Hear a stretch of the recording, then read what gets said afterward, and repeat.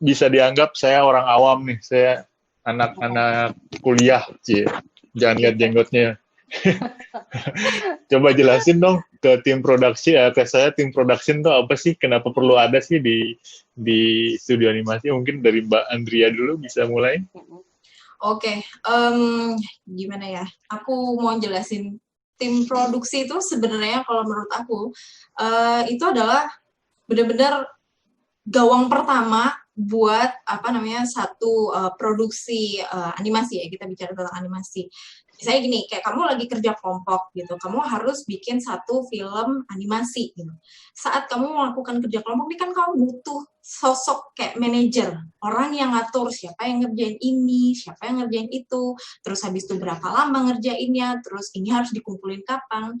Nah, sosok orang ini adalah production manager ini. Kita yang mengatur waktunya kapan, terus siapa yang akan ngerjain, terus kita harus ngumpulin kapan. Ibaratnya tuh kita tuh, kalau aku selalu mengumpamakan, kita tuh alarmnya para artis. Kita yang selalu nge-reminder para artis untuk make sure dia tuh ketemu sama deadline-nya.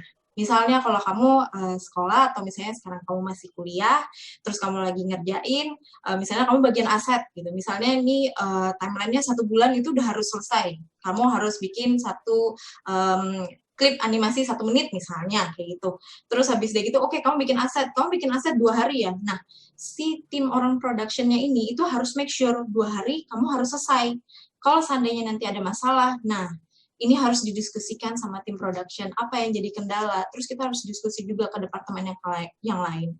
Jadi sebenarnya selain alarm, dia juga adalah seseorang yang berperan menyampaikan komunikasi ke departemen selanjutnya. Supaya gini, biasanya kan kalau artis itu kan mereka fokusnya untuk membuat sesuatu, tapi mereka tidak berpikir lebih dalam lagi atau ibaratnya lebih micromanaging lagi ke arah yang manajemen waktunya lah, inilah. Mereka hanya berpikir ngebuat sesuatu hal yang baik, yang bagus, enak dipandang mata, dimengerti banyak orang. Tapi terlepas dari itu, dia benar-benar butuh seseorang yang mengatur dirinya. Nah, inilah yang disebut dengan tim produksi atau production coordinator. Ini dia. Si alarm ini, si orang yang mengkomunikasikan ke departemen selanjutnya, apakah ada isu, apakah materialnya sudah ready, apakah belum. Kalau lingkup kerjanya dia sendiri itu posisinya dia selalu ada di tengah-tengah tim. Misalnya, kayak contoh, dia akan bekerja di awal untuk menyiapkan kebutuhan-kebutuhan suatu production. Kembali lagi yang kayak tadi aku cerita, misalnya kalian bikin satu project klip animasi 1 menitan. Nah, ini dia yang ngatur. Kayak kamu 2 hari, misalnya tim aset, terus habis dari gitu, misalnya tim animasi, kamu butuh berapa hari, misalnya 2 hari juga, atau 3 hari. Terus habis dari gitu, kalau misalnya nanti next selanjutnya, departemen selanjutnya, sampai nanti ke bagian terakhir musik, dan kamu bisa kirim ke dosen kamu. Jadi tuh nanti dia akan prepare di awal untuk masalah schedule, setelah itu nanti dia akan diskusi ke teman-teman yang ada, dan membagi-bagikan tugasnya. Produksi ini apa ya? Mungkin kalau Andrea tadi penjelasannya detail gitu ya. Kalau aku mungkin lebih big picture-nya sedikit ya. Shortly sih kenapa mesti ada tim ini ya, tim ini memastikan produksinya berjalan dengan baik. Standar baiknya ya adalah on schedule, on budget gitu ya. Jadi namanya produksi itu pasti ada jadwalnya, ya ada budgetnya gitu ya. Kalau nggak ada dua itu biasanya sih secara profesional ya pasti nggak ada produksi jadinya ya gitu. Nah, produksi ini timnya penting banget gitu ya, karena fungsinya memang misinya seperti tadi Andrea udah bilang, memang jaga gawang gitu. Jadi mau besar produksinya, mau kecil produksinya, namanya tim produksi ini harus ada gitu. Berarti jadwal tuh kitab sucinya gitu. Tapi kalau kitab suci itu biasanya tidak berubah gitu, tapi kalau di production kitab suci bisa saja berubah. Satu produksi itu jadwalnya bisa berubah berkali-kali gitu ya. Karena produksi itu kan dia fluid, bukan dibilang fluid sampai gimana ya, tapi dia ada hal-hal di dalamnya yang memungkinkan ada perubahan jadwal dan sebagainya. Sebisa mungkin nggak berubah, tapi namanya things happen ya gitu. Jadi itu yang harus dijagain. Apa sih jadwal isinya apa sih gitu. Kalau tadi Andrea bilang ada materinya dan sebagainya, ya berkaitan sama materi yang kita mesti dapatkan dari klien misalnya, atau kapan sih kita mesti mulai kerjanya, kemudian kita harus kapan sih selesai kerjanya, itu tuh ada di dalam situ dan jadwalnya tuh biasanya sudah dibuat atau kalaupun, belum dibuat, harus dibuat sesuai dengan, kebutuhannya gitu ya, kebutuhan si project yang mau dikerjakan. Kemudian, kalau production mesti ngurusin materialnya nggak cuma sekedar datang terus nggak diapa-apain kan, materialnya mesti biasanya harus dicek lagi produksinya, harus ngecek kelengkapannya, koordinasi dengan orang lain gitu, orang lainnya siapa, ada supervisornya, mungkin pasti ada produsernya, kemudian ada artisnya, udah cukup belum materialnya, udah bisa dikerjakan belum pekerjaannya menggunakan material ini dan seterusnya. Terus kalau mau delivery juga sama, materialnya kan harus ada, berarti harus dikirimkan ke yang proses selanjutnya atau kliennya misalnya gitu. Berarti, delivery-nya apa nih materialnya, terus mau disiapin di mana, dikirimnya ke mana gitu ya, itu urusan produksi tuh biasanya. Kemudian, dari delivery ini kita bukan bicara soal delivery terus barangnya dikirim gitu, tapi, berkaitan juga di dalamnya ada koordinasi, kemudian ada pembagian pekerjaan gitu ya. Jadi pembagian pekerjaan ya kalau kita bilangnya assignment gitu, assignment-nya tadi Andrea juga sama, siapa ngerjain apa, berapa lama, kapan harus deliver dan sebagainya, itu tuh bagian dari production team. On top of that, nggak ada produksi yang bebas masalah kan gitu. Jadi kita kalau dalam produksi pasti ada masalah-masalah, masalahnya macam-macam gitu. Mau masalahnya dari ujung ke ujung, biasanya ya tim produksi ini yang memfasilitasi. Kenapa dibilang fasilitasi ya karena tim produksi ini bukan orang yang, bisa selalu memberikan solusi, karena tergantung masalahnya ya. Tapi masalah kan macam-macam tuh, ada masalah misalnya teknikal atau masalahnya biasanya berkaitan sama kliennya gitu. Nah, masalah-masalah ini, tim produksi yang harus memastikan masalahnya ini selesai on schedule dan on time gitu. Jadi dan tentunya dengan solusi yang tepat gitu. Nah, solusi tepat ya nanti pastinya nanti koordinasi dengan tim yang lain gitu. Terakhir urusannya ya duit gitu ya.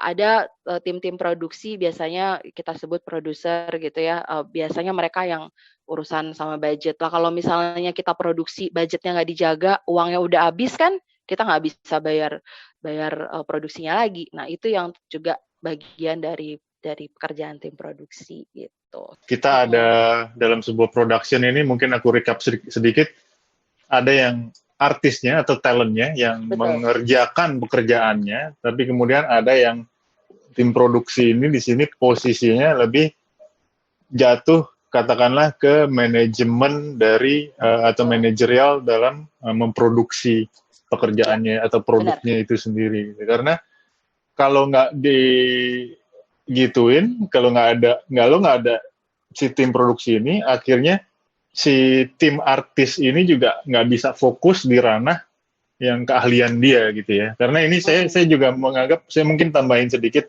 dari sisi artis atau talent ya kan. Keberadaan tim produksi dalam sebuah studio animasi itu sangat membantu supaya artis-artis atau talent-talent bisa fokus mengerjakan sesuatu yang keahlian dia gitu. Kayak saya animator, ya saya bisa fokus nggak mikirin, bukan nggak mikirin deadline, tapi saya mikirin benar-benar oke, animasi saya harus disubmit besok gitu. Tapi kemudian apa yang terjadi setelah besok itu nggak mengganggu pikiran saya gitu.